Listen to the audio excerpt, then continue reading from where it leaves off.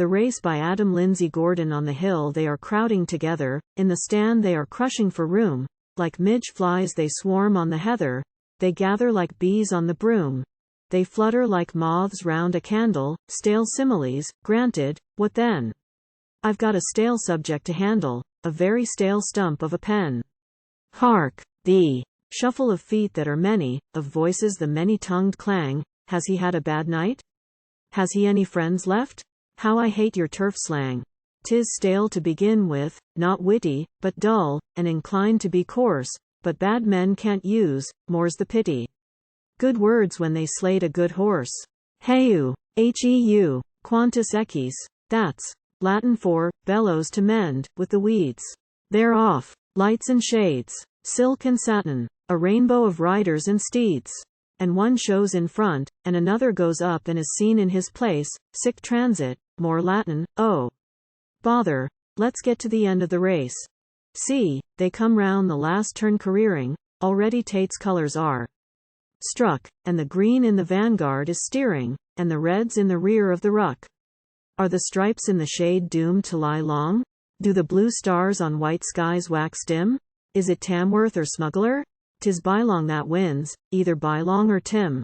As the shell through the breach that is riven and sapped by the springing of mines, as the bolt from the thundercloud driven, that levels the larches and pines, through yon mass party-colored that dashes gold-turned, clad in many-hued garb, from rear to van, surges and flashes the yellow and black of the barb. Past the fly, falling back on the right, and the gull, giving way on the left, past Tamworth, who feels the whip smite, and whose sides by the rowels are cleft, where Tim and the chestnut together still bear of the battle the brunt, as if 8 stone 12 were a feather, he comes with a rush to the front.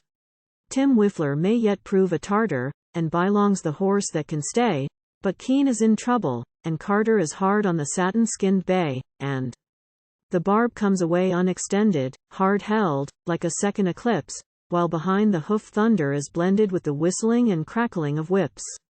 Epilogue: he wins. Yes, he wins upon paper, he hasn't yet won upon turf, and these rhymes are but moonshine and vapor, air bubbles and spume from the surf.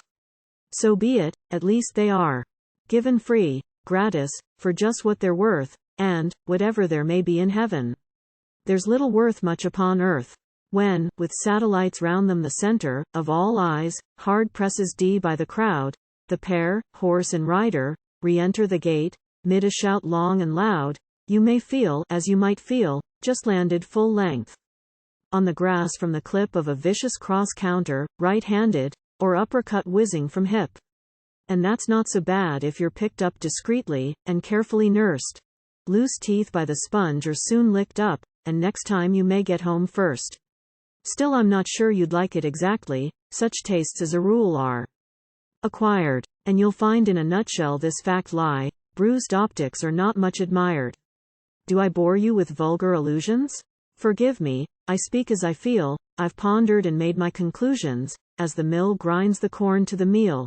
So man striving boldly but blindly, ground piecemeal in destiny's mill, at his best, taking punishment kindly, is only a chopping block still. Are we wise? Our abstruse calculations are based on experience long. Are we sanguine? Our high expectations are founded on hope that is strong.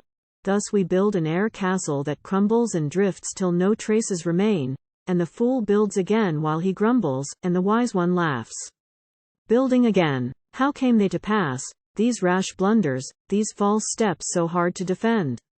Our friend puts the question and wonders, we laugh and reply, ah, my friend, could you trace the first stride falsely taken, the distance misjudged, where or how, when you picked yourself up, stunned and shaken, at the fence, twixt the turf and the plow? In the jar of the panel rebounding, in the crash of the splintering wood, in the ears to the earth shock resounding, in the eyes flashing fire and blood, in the quarters above you revolving, in the sods underneath heaving high, there was little to aid you in solving such questions, the how or the why.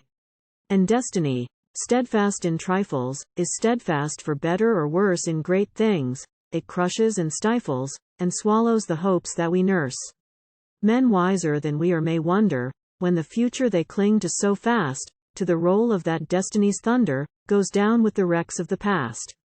The past, the dead past, that has swallowed all the honey of life and the milk, brighter dreams than mere pastimes we've followed, better things than our scarlet or silk.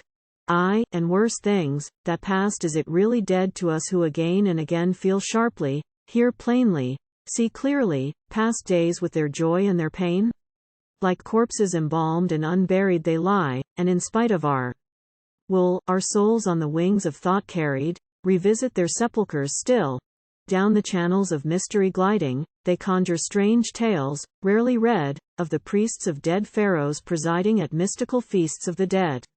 Weird pictures arise, quaint devices, rude emblems, baked funeral meats, strong incense, rare wines, and rich spices, the ashes, the shrouds, and the sheets. Does our thraldom fall short of completeness for the magic of a charnel house charm, and the flavor of a poisonous sweetness, and the odor of a poisonous balm? And the links of the past, but, no matter, for I'm getting beyond you, I guess, and you'll call me as mad as a hatter if my thoughts I too freely express. I subjoin a quotation, pray learn it, and with the aid of your lexicon tell us the meaning thereof. Res discernit sapiens, quas confundit acelus.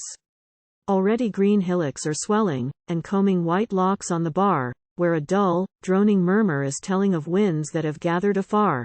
Thus we know not the day, nor the morrow, nor yet what the night may bring forth, nor the storm, nor the sleep, nor the sorrow, nor the strife, nor the rest, nor the wrath.